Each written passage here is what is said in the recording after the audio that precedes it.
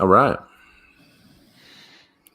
All right. The league has a new intensive protocol. Fisticuffs in New York, and Herbert gets a haircut. All that and more on this episode of Unscripted. So I mentioned in the opening that the league has a new intensive protocol. Did you guys see this? All 32 teams will operate under the league's newly implemented protocol starting Saturday. This protocol was previously reserved for teams that had positive tests or who had players who had been in contact with people who were positive. But now they're going to just implement this thing going forward. I guess, there's so many coronavirus cases popping off within the United States. Did we mention this? I think someone told me, like, in Wisconsin, like 1 in 3 people had coronavirus, which is ridiculous. So under this new policy, you must wear a face mask in the facility at all times. That goes for all personnel and the practice field. You must have a negative test from the previous day to enter the team's facility. So if you didn't test positive the day before, you can't enter today. And all meetings will be held virtually unless they can be held outdoors. Or there's a pre-approved plan to hold them indoors, a league-approved plan to hold them indoors. All meals must be grab and go. And it prohibits team and player gatherings away from the facility. Right, which puts a little damper on Thanksgiving. Yeah, so this is pretty heavy stuff. I think it's good, BZ. What do you think, man? I think they're trying to get ahead of it.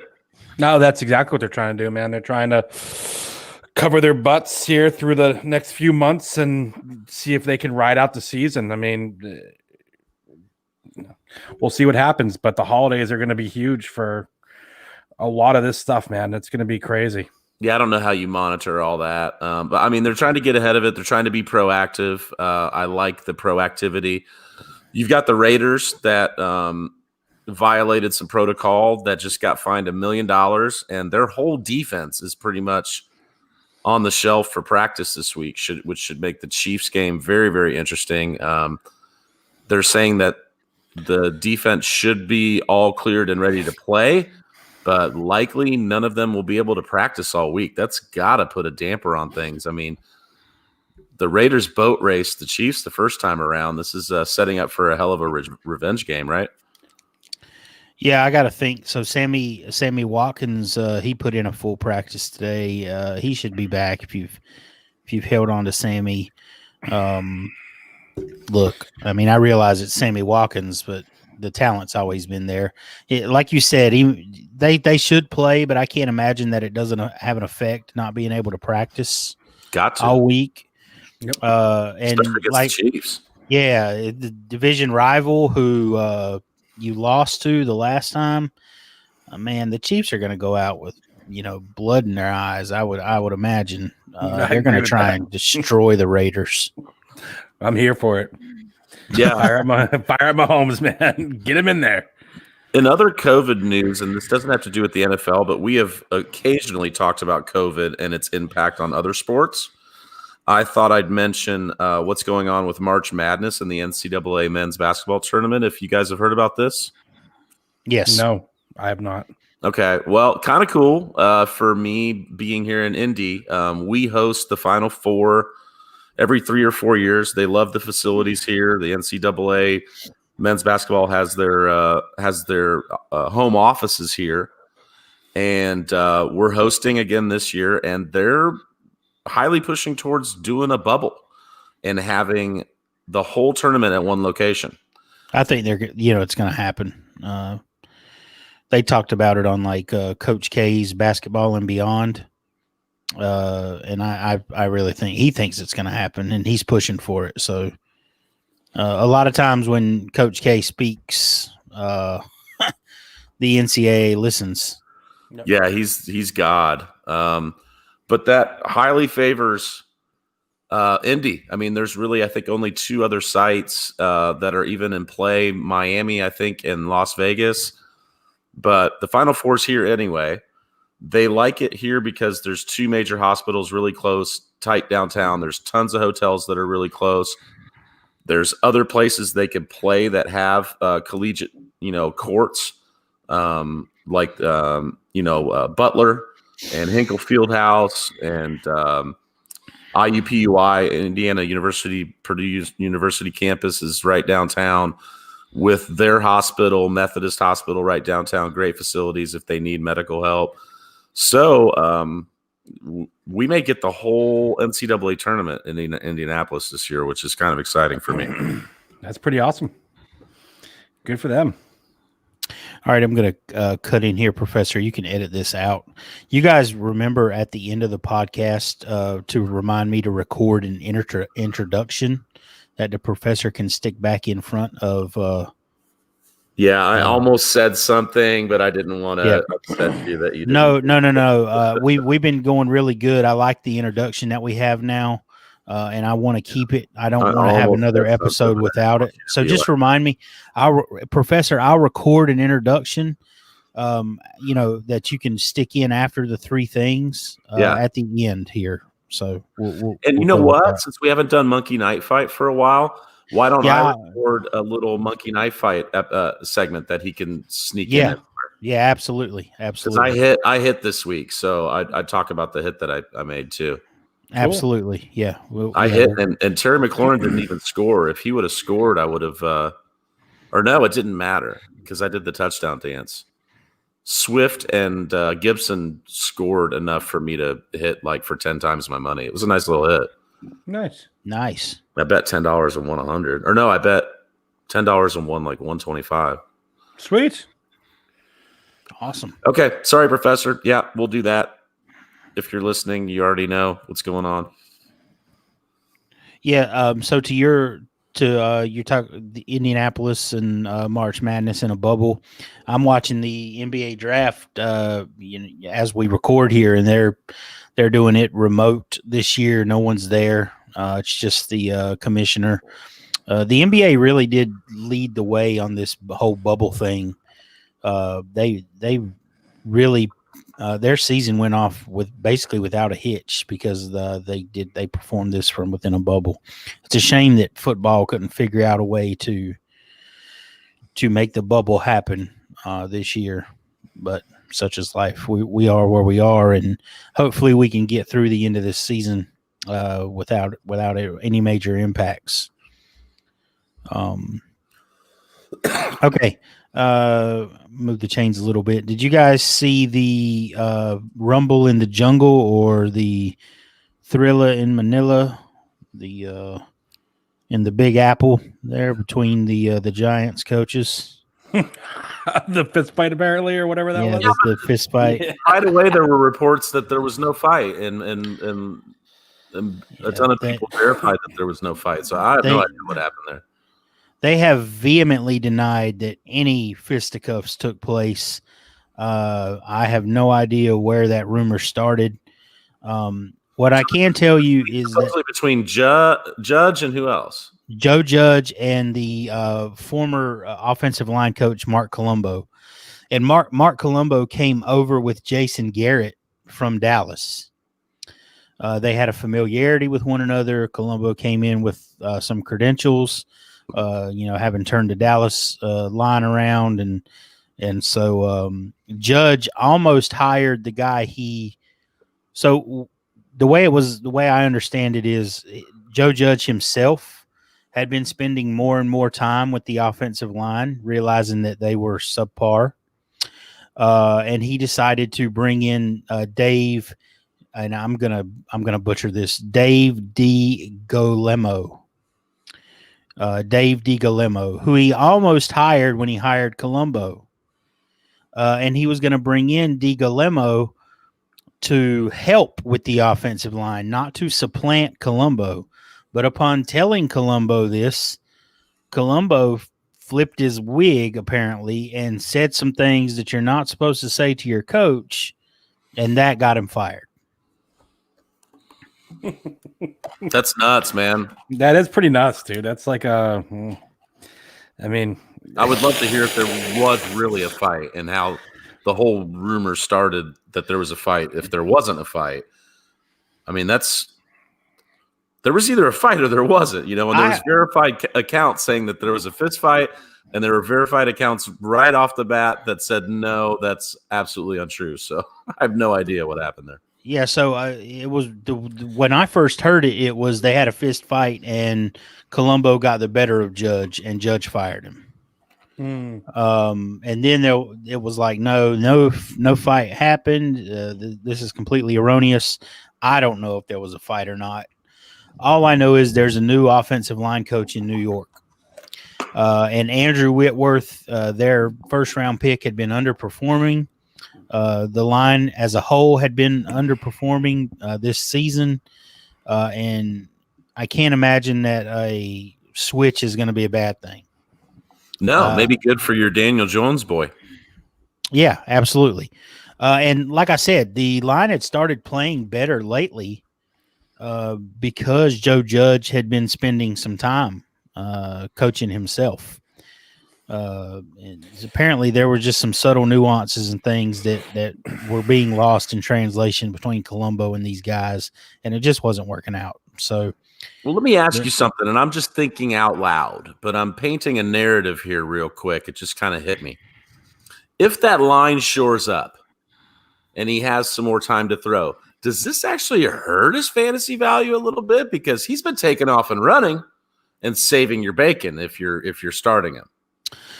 If he's not taking off for that 30-yard, 60-yard run anymore because the line's giving him time, I mean, I don't think so, because those are plays those are RPOs that are incorporated.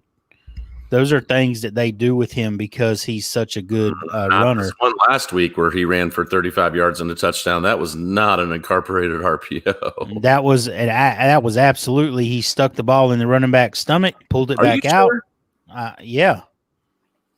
All right, I'm going to have to go back and watch that one. Where's the highlight? I need to. The one so the one against the Eagles where he tackled himself was absolutely an RPO. That one I can remember. I was just remembering this last one off the top of my head and thought for sure that it was not. But he had a second touchdown run called back on Sunday for a holding penalty. Maybe one of us is remembering that one. Yeah. If I'm wrong, I will go with that. Likewise, if I'm wrong, I'll go with that. But now I kind of want to know. Well, we'll figure it out at some point. We can move the chains.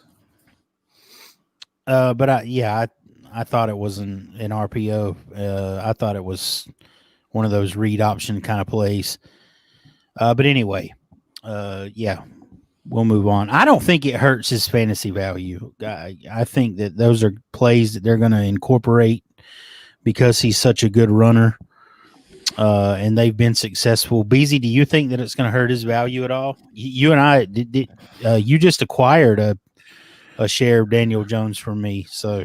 I did, yeah. I've been buying low on Daniel Jones here for a little bit. No, not buying low, but you know what I mean? Like, if I'm trading another quarterback to a contender of some sort, I'm trying to get Daniel Jones thrown in if he's there.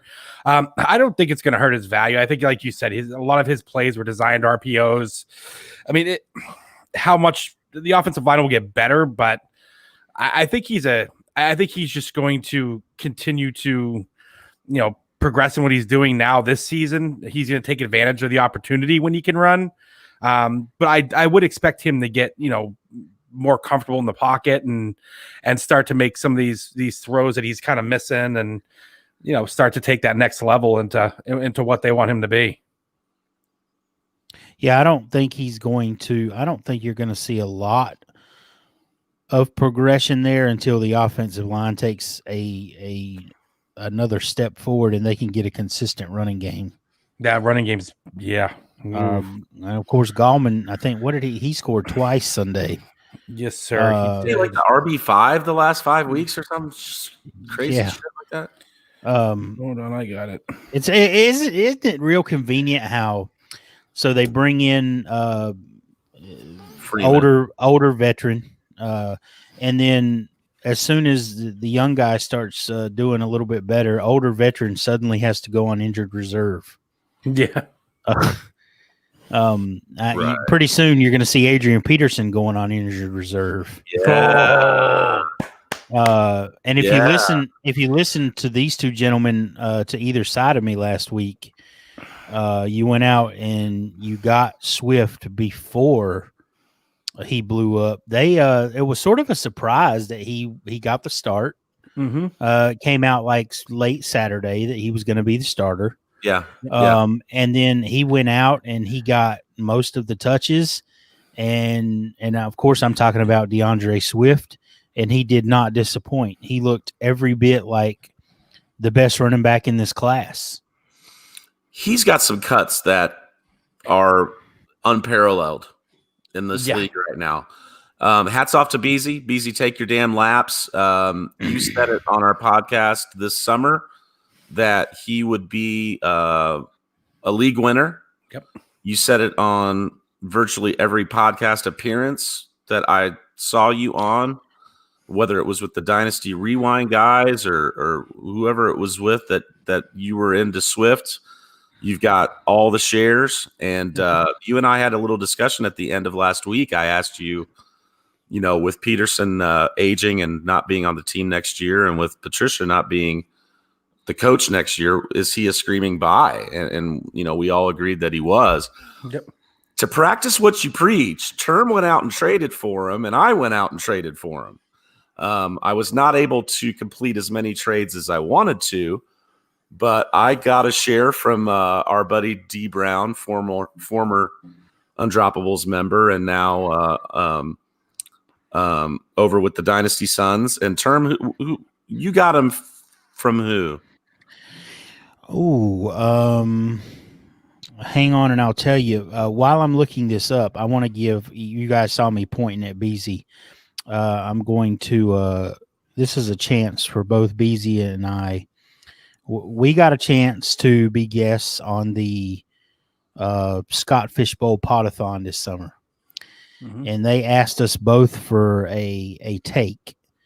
And Beezy's hot take was that Swift, I can't exactly remember what it was, but it was Swift was going to be the best running back of this bunch, something along those lines. I forgot that it was on there. I was on that with you. Yes, you were on it with us. And my hot take was that Justin Jefferson, not Adam Thielen, was going to lead the Vikings in receiving this year. Whoa. And boom, both of those are well on their way to being true.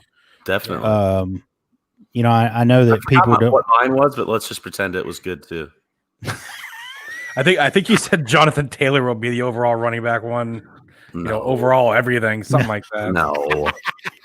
He's throwing you on. No, I don't remember what yours was.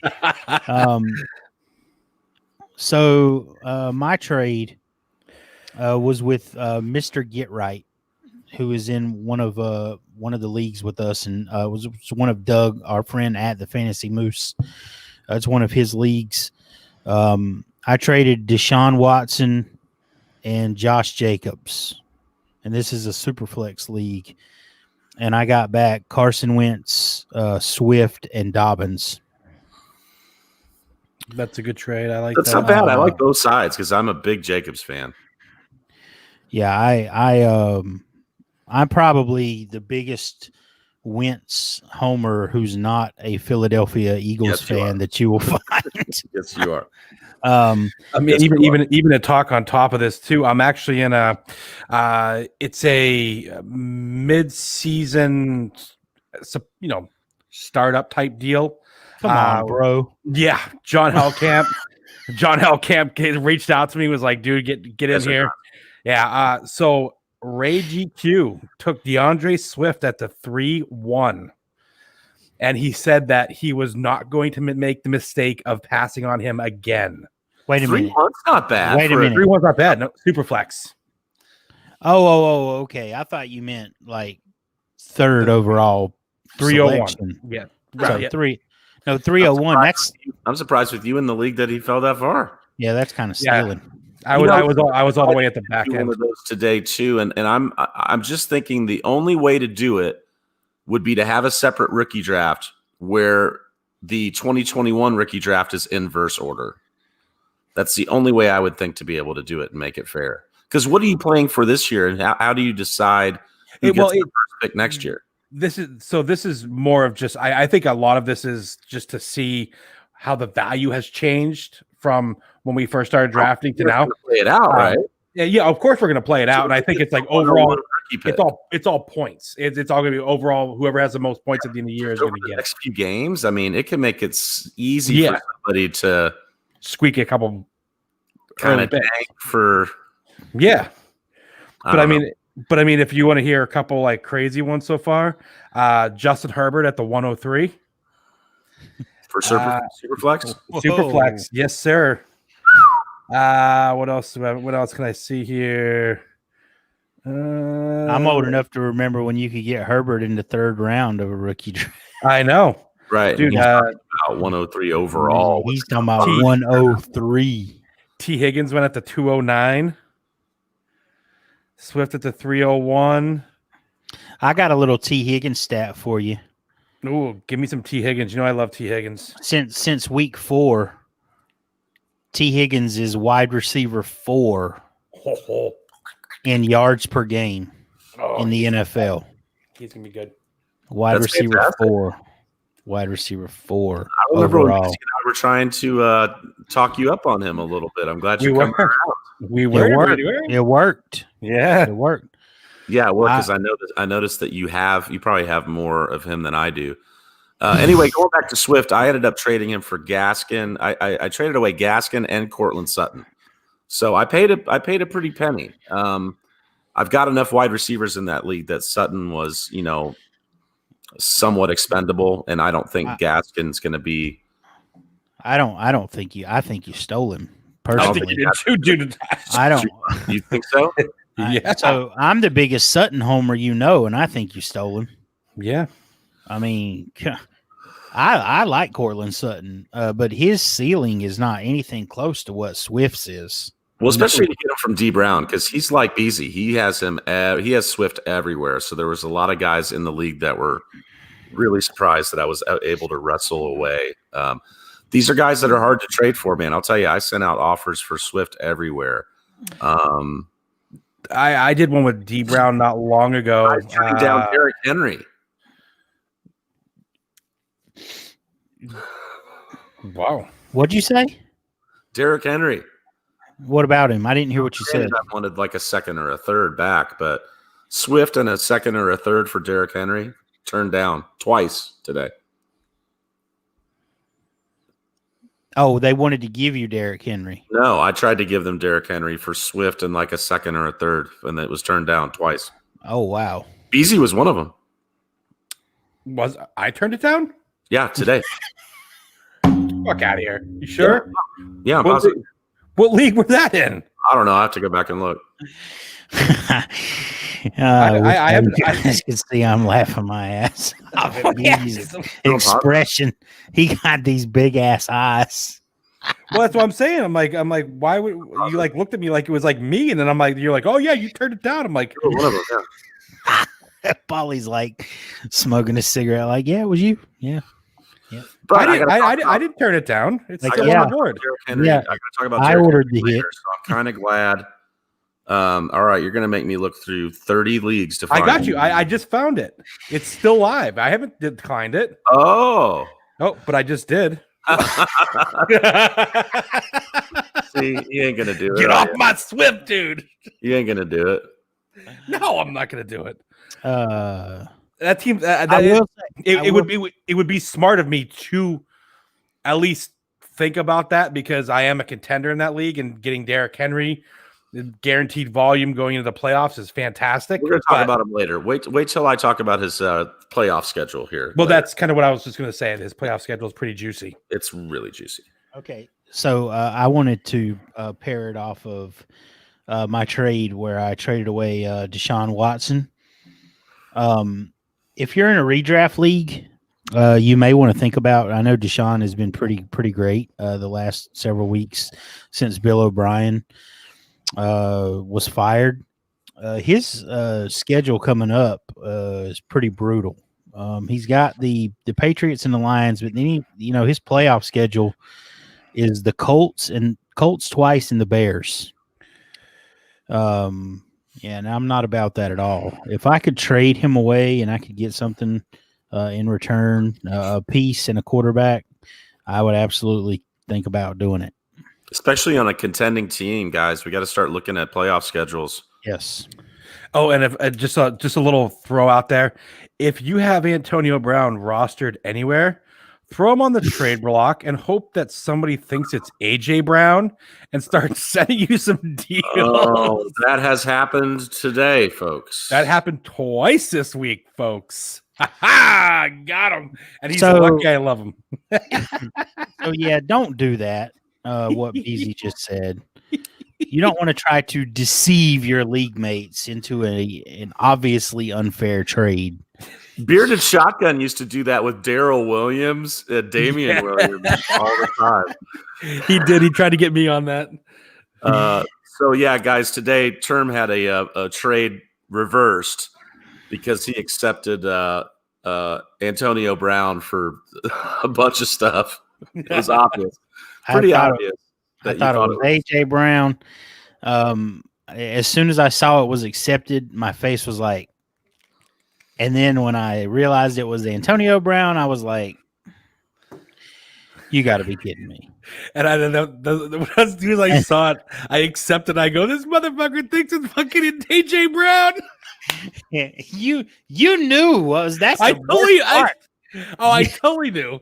But obviously, I wasn't going to hold it on you. I was going to send it back. But I just wanted to. It was just too good not to accept it and just watch you shit yourself over the fact that you thought you got AJ Brown. I did. I was like, all right, I just added AJ Brown for the stretch. There were two guys that I was going to bring up since we were talking about playoff schedules.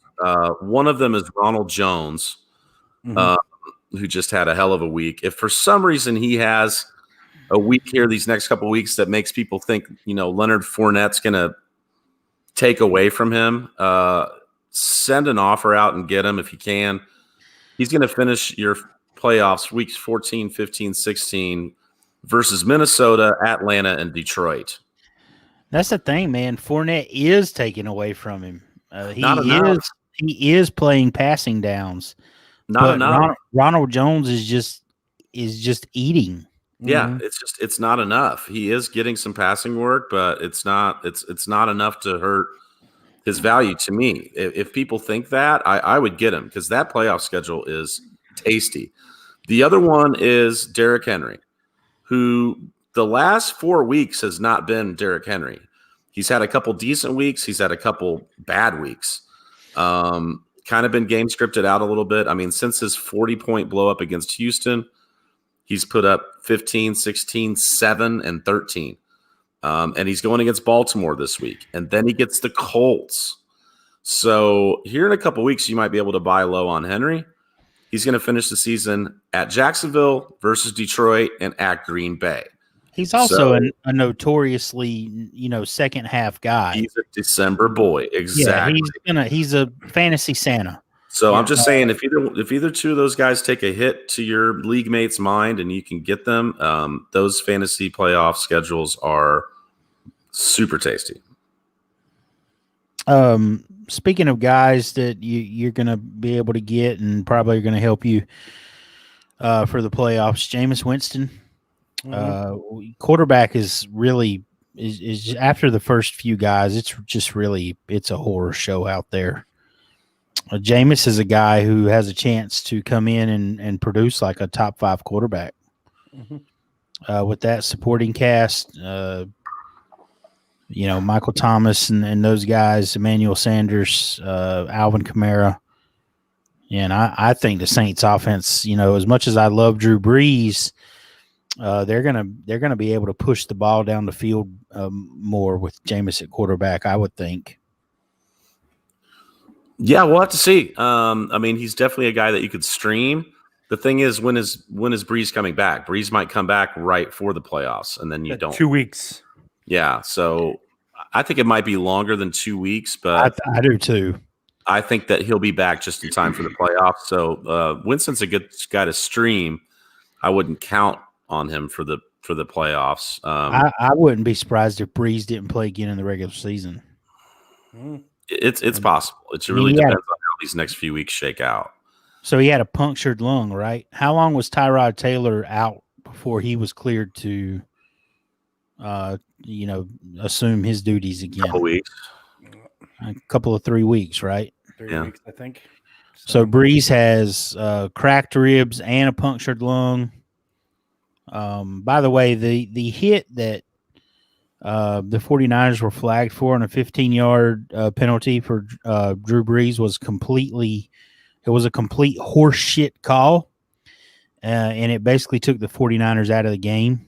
It pretty much gifted a touchdown to the Saints. I'll say the 2 muffed punts probably hurt worse than anything, but the 49ers were right in that game. I know a lot of you added me on Twitter after I said the 49ers were going to win that game. They started out, it really should have been 14-0 right to start with. The Saints were right for the picking. They came out, they turned the ball over, they came out flat, and the 49ers just couldn't take advantage of it. But the analysis was sound. They were ripe for the picking, so don't at me, motherfuckers. I try to be impartial with my 49er bias, but I'm not sold on Winston hopping right in and being Joe Montana here. So I'm pumping the brakes. So? I'm pumping the brakes on him a little bit, even with a tasty matchup against Atlanta. He balled out twice against Atlanta last year with the Bucks. I know, but the Saints are set up completely differently, and they don't have the the downfield threats as much. Traquan's been banged up. He's kind of your downfield guy. Cook, when he's on point, is a good downfield up the seam guy, but Cook's been a little out of sorts. I don't know if he's banged up or not. He didn't do anything last week. And Winston wasn't looking for that check down, man. I mean, he hit Kamara up on a designed route, which was great. Almost got him into the end zone. But there were a couple times when Kamara was open on the outlet pass, and he wasn't even looking at, like, for supposedly having 20/20 vision. He wasn't even looking in his peripheral to see that Kamara was wide open on the outlet pass. I don't know that he's ready to just jump in and play that scheme and get them where they need to be. I really don't. I try to not place a lot of emphasis when I see guys come in mid-game because they likely didn't get he likely didn't get any first-team reps that week in practice. And I understand, but the first thing I wasn't expected to play. Alvin Kamara. I would think that with a week to prepare and a common opponent that he knows, a division rival. I'm 280 yards, a touchdown, 80% chance at another touchdown. You're talking top 5 numbers at a position that's starting to look like tight end. After the first few guys, quarterback it's a shit show out there. I wouldn't have any problems starting Jameis this week. Nope, I'm going to fire him up in a few. I actually made a trade for Winston in one league that I needed a quarterback. I think I saw that earlier. It actually hurt my feelings. I don't even want to mention who I gave up because next year it's going to really bite me in the ass, I'm sure, when Winston is playing for the Jets. As their QB2. Yeah. Who'd you give up? I gave up Michael Gallup. Oh. Which the Cowboys get Dalton back this week. They do get Dalton back this week. So that could be interesting. Teddy B is trending up after kind of looking questionable. Matt Stafford is trending up after tearing a ligament in his throwing thumb. They're saying he should be good to go. And Tyler Lockett looked to be questionable, but now they're saying that he's going to play Thursday night. I don't know if this is going to even come out by Thursday night, but hopefully it does.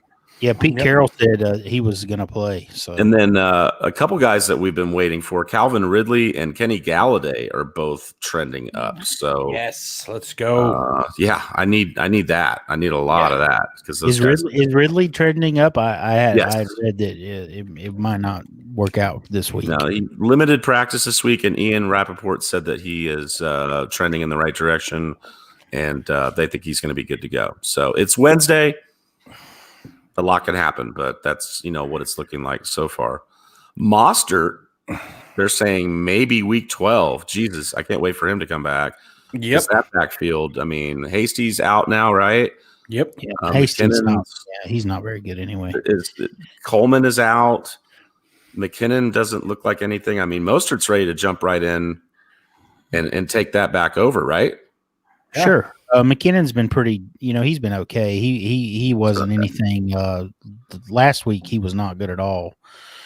Of course, the 49ers are, Javon Kinlaw was placed on the COVID list, and Eric Armstead is on the COVID list. And it's just the bye week came at a really good time for the 49ers, who are banged up and sick. And Kendrick Bourne is back on the COVID list. So we talked about the Seattle backfield. That's muddy as can be with Hyde coming back this week.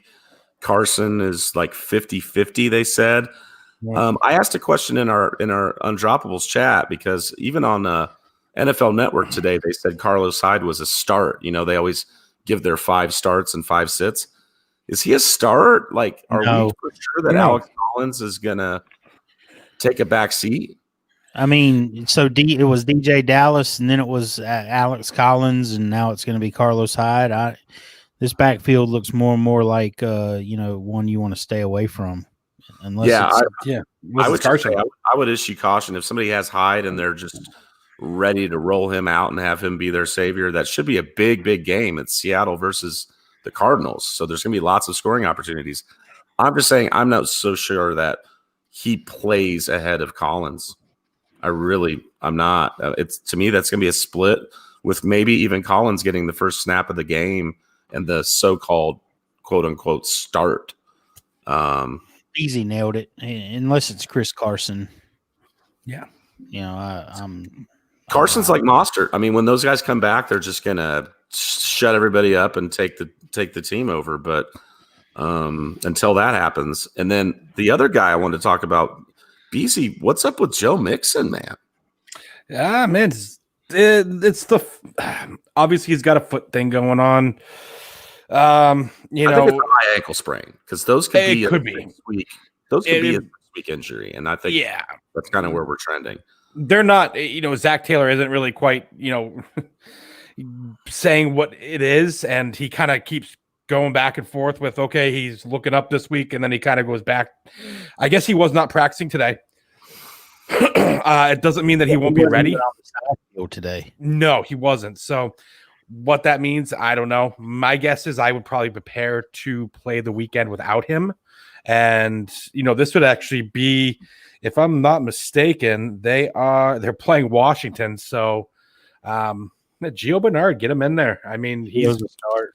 He's a start, absolutely. And if Mixon does play, then I mean, you got to roll him with him because it's a great matchup. So if you follow my timeline, I said like 2 days before he was ruled out that, watch out.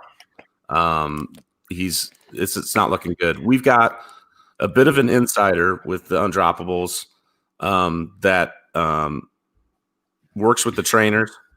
And last week was not looking good. I mean, he wasn't ruled out till later in the week, but I think on Wednesday I said prepare for this to happen. And like you said, this week he wasn't even on this today, like, on a bike or anything. So that injury is way worse than what was originally reported. Obviously, he's been on Twitter a lot too. I mean, funny enough, he does. And, it's not that it means jack shit, but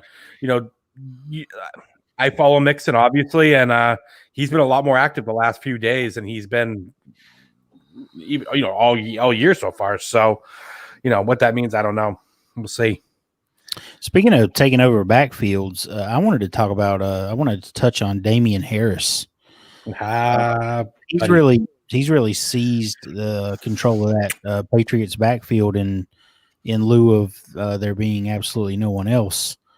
Last 4 weeks, he has 62 carries. He's averaging 5.7 a carry.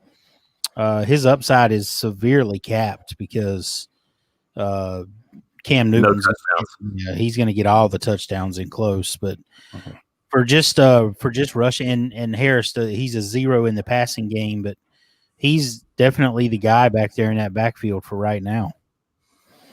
He is, and you shit on Beasy and I repeatedly for saying that he was the guy there. He's the guy there in lieu of there being no one else. Like everyone else is hurt. I think that he keeps the job when Sony comes back. I do too.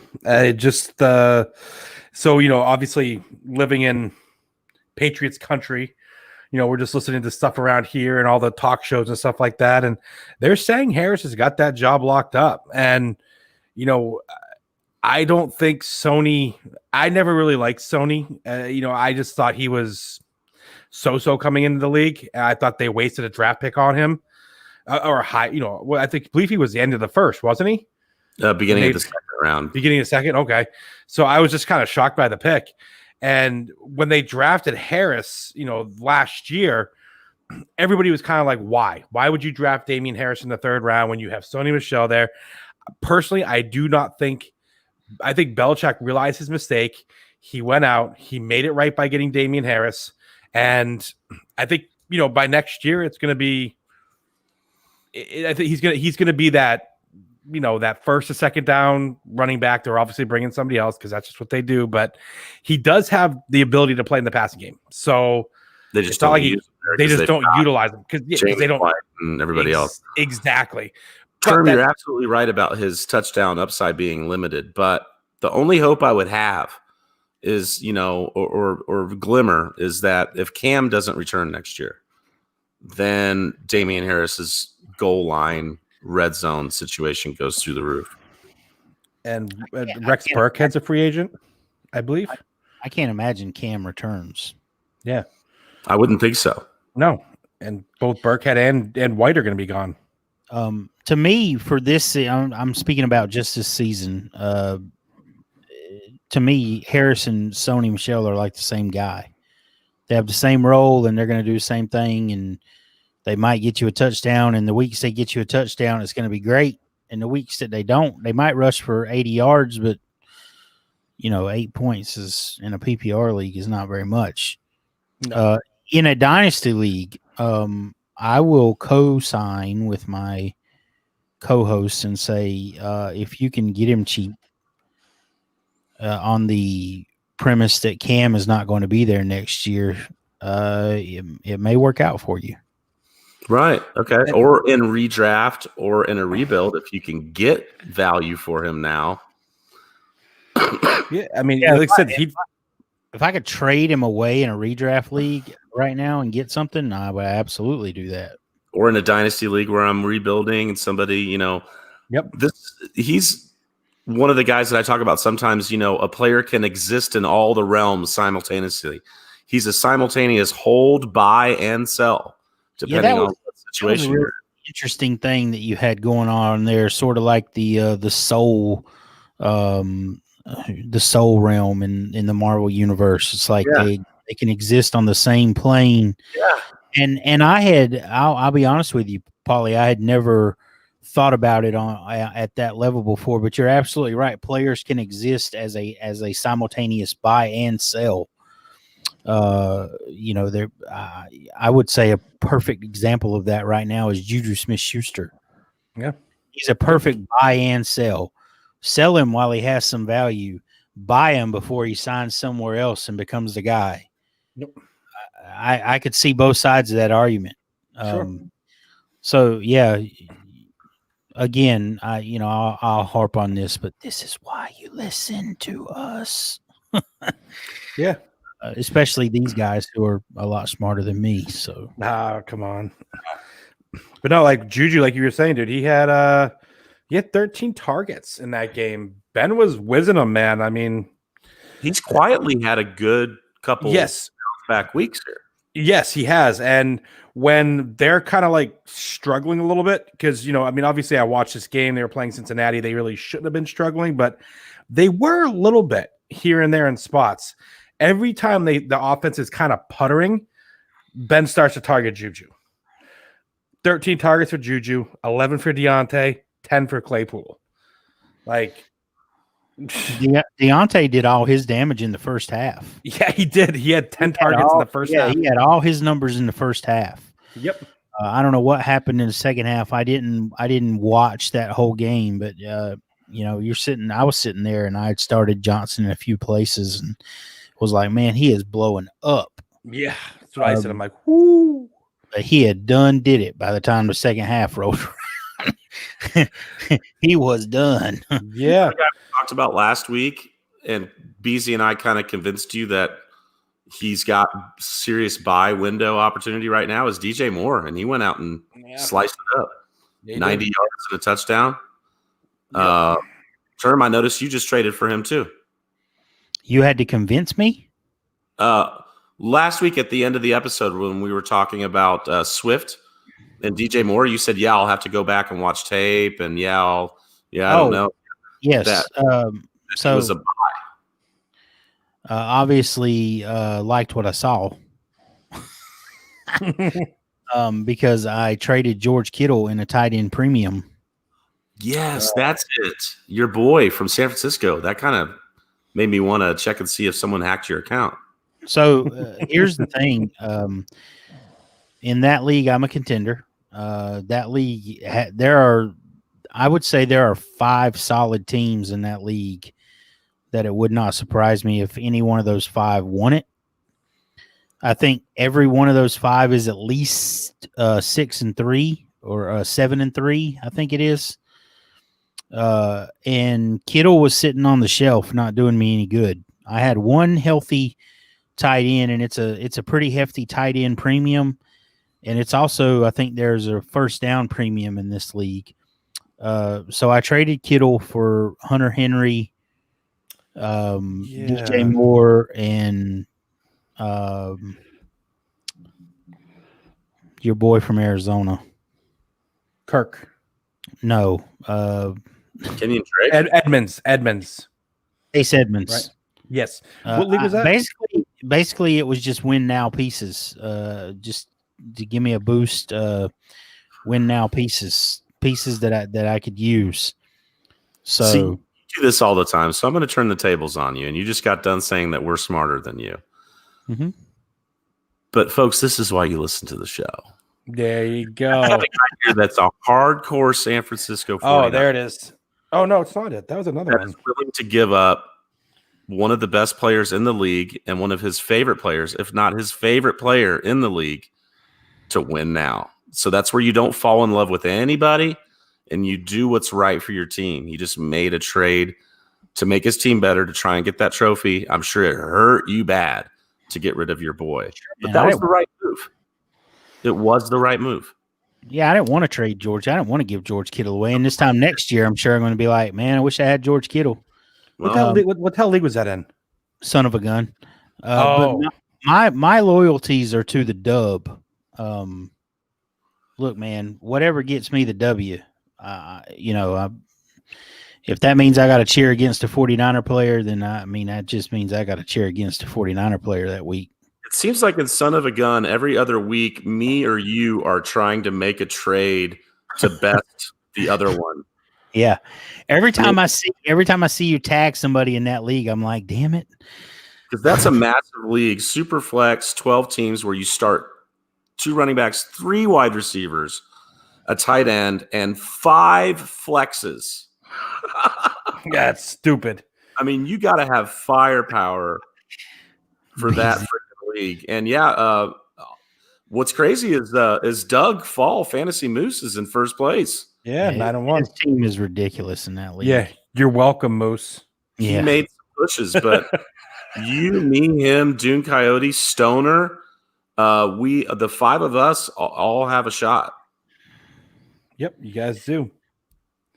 Yeah, and I felt like I needed a couple of more win now pieces, and that got that traded. I got DJ Moore in the place of Latavius Murray in one flex spot, and Hunter Henry in the place of oh crap. Some script. Yeah.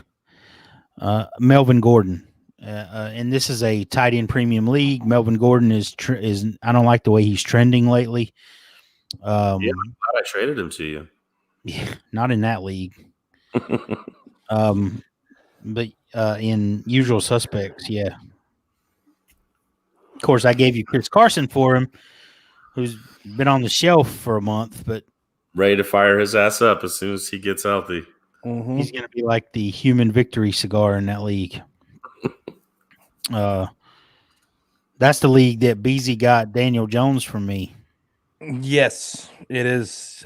We made that trade. What the hell did I give you? Was it Baker? No, I didn't give you Baker. I gave you something though.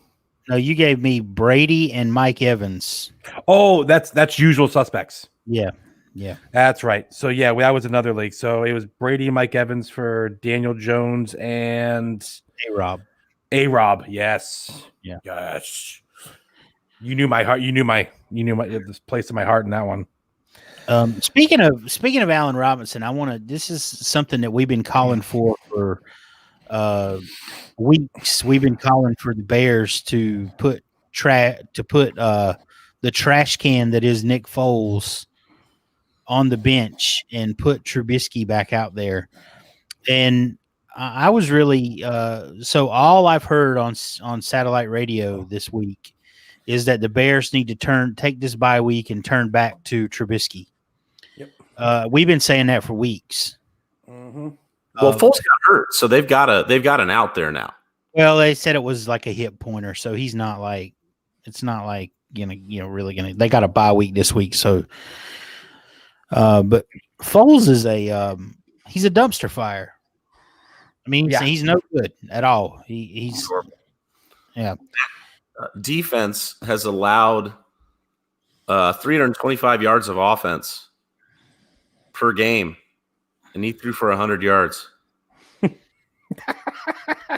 How is it possible for an NFL caliber quarterback to just throw for 100 yards in today's game? Easy. It's not possible because he's not an NFL caliber quarterback. Unless you've got, Derrick Henry and you're salting away the game for, 3 quarters because there's just nothing going on. No, there's not. Oh, hey, Angie. Angie just on to say boo Trubisky. Hi, Ange. At least Trubisky can make plays with his feet, something that Nick Foles is not going to do. No, I did hear that I saw something somewhere. They're bringing in Deshaun Kaiser for a workout. Oh, wow. I don't know what that means. Yeah, I know. Trust me. I go. It's stupid, but I guess he's coming in. Well, my friend, because Foles is iffy, so they're going to need a backup. Backup. That's what you're. But that's just to throw it out there. A friend of mine who's a Bears fan texted me during that game. He was like, "Fire Nagy, fire everybody." And I was like, "Yeah, Matt Nagy's awful."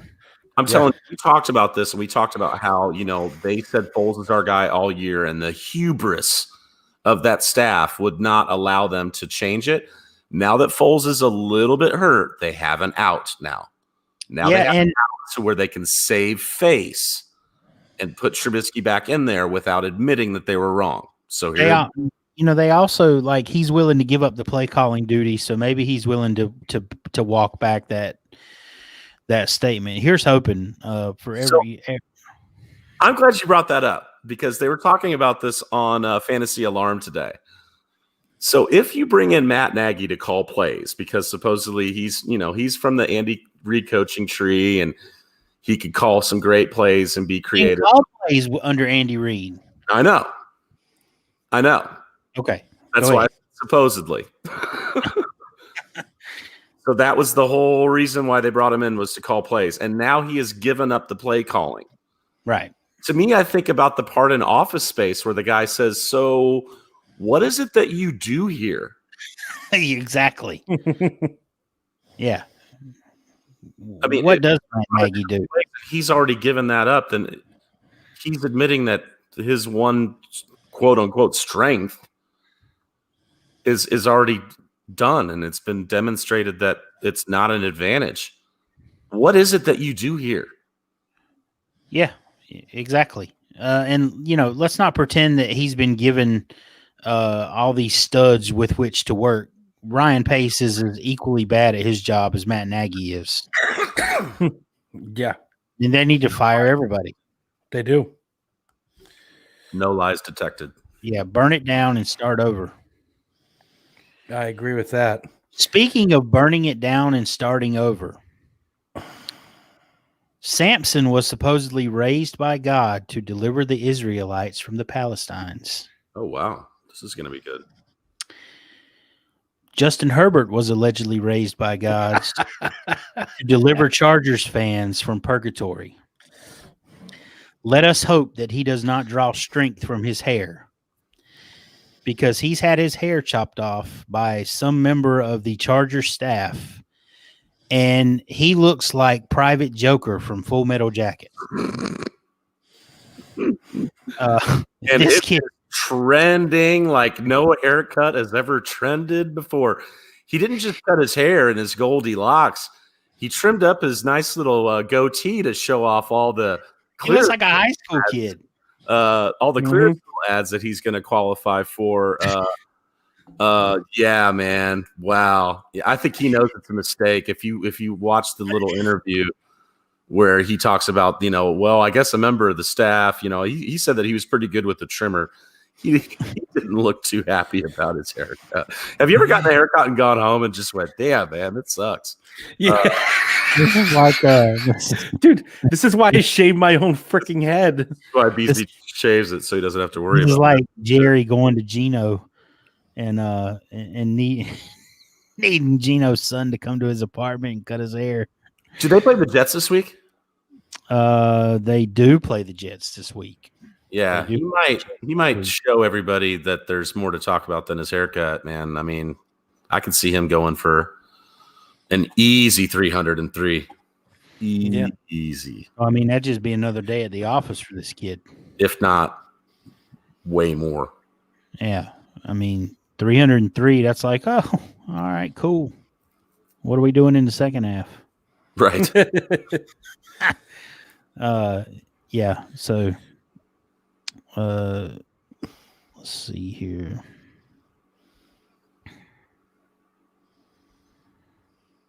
Was there anything else, boys? I know you said you wanted to wrap up kind of early. We're at an hour. That's good. I had a little DFS. Do it. So looking at the main slate this week, there's some serious value with Winston and Alex Smith. I know I said I'm not sold on Winston, but I mean, for daily fantasy, I'll throw him in there for sub 6,000 sure, in Atlanta. But him and Alex Smith are really, really cheap this week. Justin Jefferson, 6,000. Dallas, the 31st DVOA. I think that's a smash. Rojo is 5,900. A lot of people might be scared to play him against the Rams, but they're actually like 22nd DVOA against the run. And he proved last week that he can. I mean, he's playing at another level.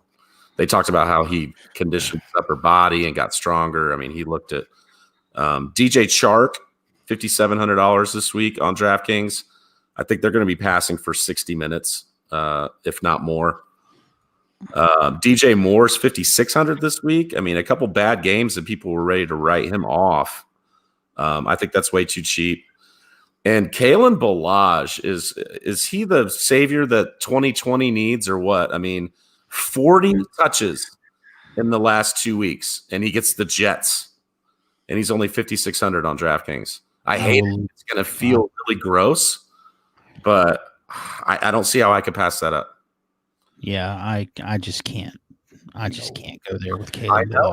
I know, but he's clearly getting the lion's share now. It's over and done with for these other guys. Jerry Judy's only 5,300 this week. Speaking of getting the lion's share, what is Michael Pittman this week? He's gonna talk about him in like 3 players. Jerry Judy's 5,300, 32 targets in the last 3 weeks. Jacoby Myers is 4,900, 32 targets in the last 3 weeks. CD with Andy Dalton back versus Minnesota, way too cheap at 5K. Michael Pittman, 4,500, 15 targets the last 2 weeks. Jari Alexander will probably be checking T.Y. Hilton. Pittman is going to, I talked about Paris Campbell the last few weeks because honestly, I didn't know how ready Pittman would be coming back from his injury, but he's come out of the injury strong. I love that play. Josh Reynolds is killing our Cooper Kupp and Robert Woods shares. 27 targets the last 3 weeks. And DraftKings has just completely ignored that. He's $3,900. KJ Hamler is a sleeper that I've talked about all year. 20 targets the last 2 weeks. He's $3,600. Logan Thomas, 3,300 versus Cincy, is for me a virtual lock. Cincy is like 30th DVOA against tight ends, and Logan Thomas has actually gone from relevant to disappear to now he's back to relevant. Had a couple good weeks the last few weeks. Did you mention McKissick at all? No, because the Bengals are number 3 DVOA against pass catching running backs. Okay, and they're like number interesting stat. Yeah, and they're like number 24 against the run. So all signs point towards a Gibson week, not a McKissick week. Okay, that's absolutely beautiful. That is beautiful, actually. That's why I was curious to ask. I mean, any given Sunday, and you never know. And I haven't actually gone back to see. A lot of times on these stats, I like to go and see, okay, well, who have they faced? Have they faced any pass catching running backs? You know, I did not go back to look at that. I just figured number 3 against the pass catching running backs is probably pretty strong. Actually, going back to Jair Alexander, I think he's going to play this week, and I'm not so sure that he's going to cover T.Y. Hilton. I think he might be on Michael Pittman, but I also don't think it'll matter because I expect Rivers to just pepper this kid with targets. I'd play him anyway, regardless. Jari's really, really good. I think it would matter, and I mean, T.Y. Hilton looks done, man. Last week he caught like 4 for 50. He and Rivers just don't appear to have any chemistry. We'll have to see. Generally, the alpha cornerback goes to the perceived alpha wide receiver, whether it's the true number 1 or not. And I think T.Y. is still perceived as that threat. I could be wrong. If Jari lines up against Pittman, I would be very worried. I'm playing Pittman. I'm playing him in season long. And I would, at that price, I'd play him in DFS. Yep. Yeah, 4,500. Well, since we're on here and Dave can edit some stuff and edit this downtime off, but let me go ahead and look and see where Rotoballer has him lining up.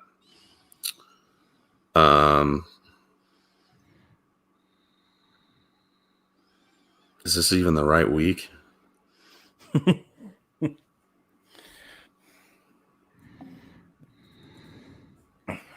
This is important.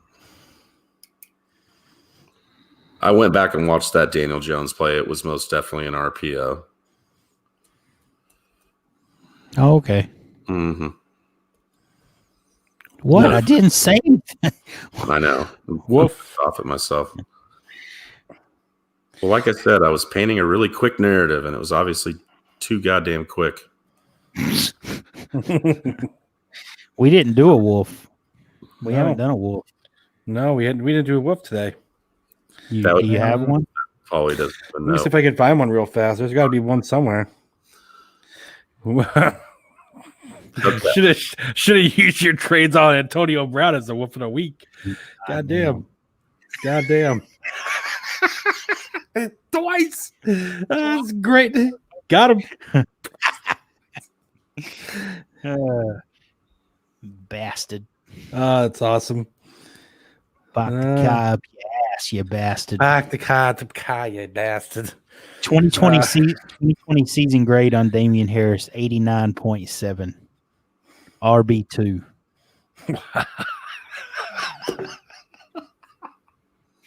Oh man, The place. Oh, here we go.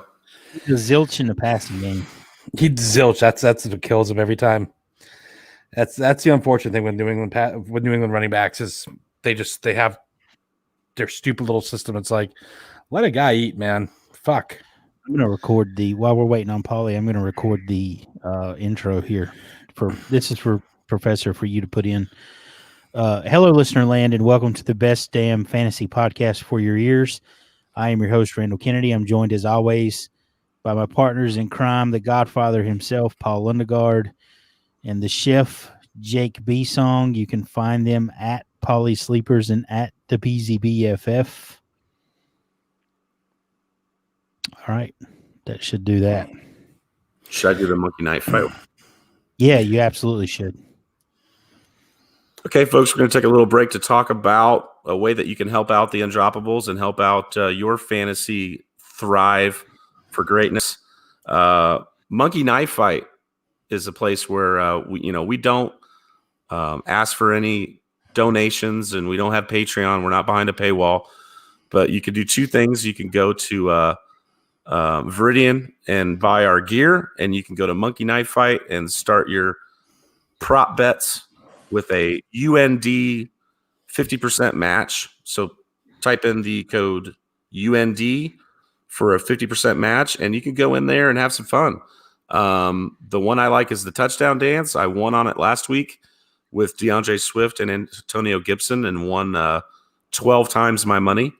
And you can also do a rapid fire where you pick 2, 4, 6 stats over and unders. And the more you want to go, the more odds you're get increased. So Monkey Knife Fight is a new way to enjoy DFS and one that you should check out.